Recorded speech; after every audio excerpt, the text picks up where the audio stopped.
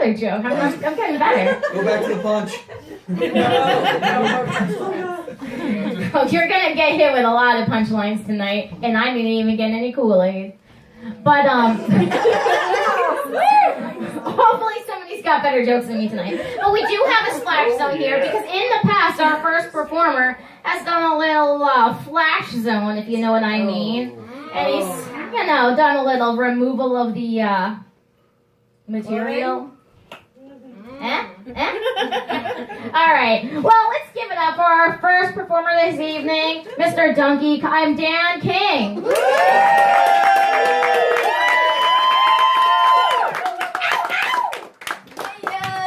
It's okay, Smushy. Oh, you're fine. Hello, everybody. Well, Hi, it's great to be back. And thank you for the enormous amount of restraint it took Eugenia to not make a fat joke along with the Shamu joke.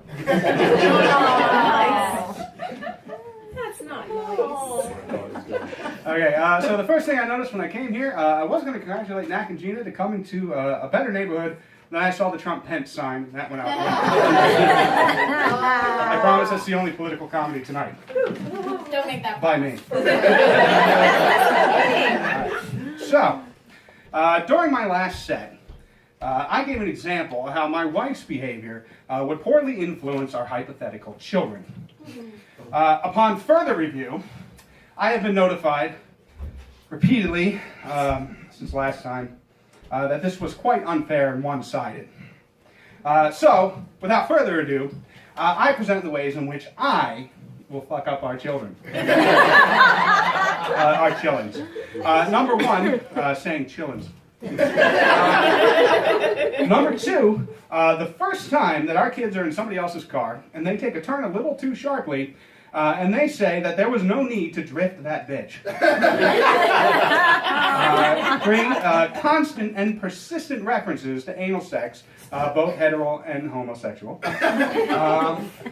4, threatening to let the Skinner box raise them, and then building the Skinner box just for that threat. 5, telling them that the worst part of the chicken is the skin, and that Daddy will take care of that for you. And last but not least, making them watch this very sketch, along with everything I've ever made, and every funny picture I've ever seen on the internet until the heat death of the universe. Continuing with the kids theme, a lot of my friends are having kids these days. So that got me thinking, because a lot of my friends has also started playing World of Warcraft again. Oh dear. So there's a very real chance these kids are going to learn their rotation before they learn how to count. So in kindergarten, you're going to see the little gamer kid. The teacher's going to say, so who knows how to count to 5? Little gamer kid's going to raise his hand all excited. And then you say, okay, go ahead. 1, 1, 3, 2, 4, 2, 2, 5, 5. So true. So I'm sure the gamer generation is going to screw up their kids in a variety of fantastic ways. So for this segment, I'm going to shamelessly rip off a more famous comedian than myself and call this, You Might Be a Nerdy Parent If. You might be a nerdy parent if your kid knows how to spell his gamer handle before his first name. They believe additional skin tones and genders need to be unlocked first. Their favorite color is from out of space. They know all the schools of magic, but think the food groups are Hot Pockets, caffeine, and pizza. When asked what their mommy does, they say, tank. And what does daddy do? Stands in the fucking fire. 6-sided die will be the ones that look weird to them. They'll get picked on for having a Google Plus account. And they'll have trouble making friends because the other kids don't find trading corn and tobacco in 18th century Caribbean as fun. So for my next segment tonight, I'm going to use a set of jokes that I said I wouldn't use, but I just ended up changing the names, wink, to protect the humorless. All right. Does anyone give their friends like their own sitcoms in their head? Like right down to the whole lineup and announcer and everything. Like, this Friday on TNT, we have the obligatory gay comedy, That's So Brian. And here's a clip from the show. It's just a guy in jeans and t-shirt looking at something slightly off screen and saying, "That's the gayest thing I've ever seen." but it's okay because he's gay. That's funny. Followed at 8:30 by Damn It, Jerry.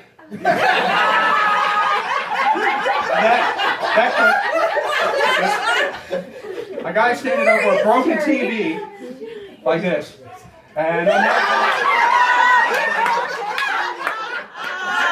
another guy just looking at him and just, "Damn it, Jerry."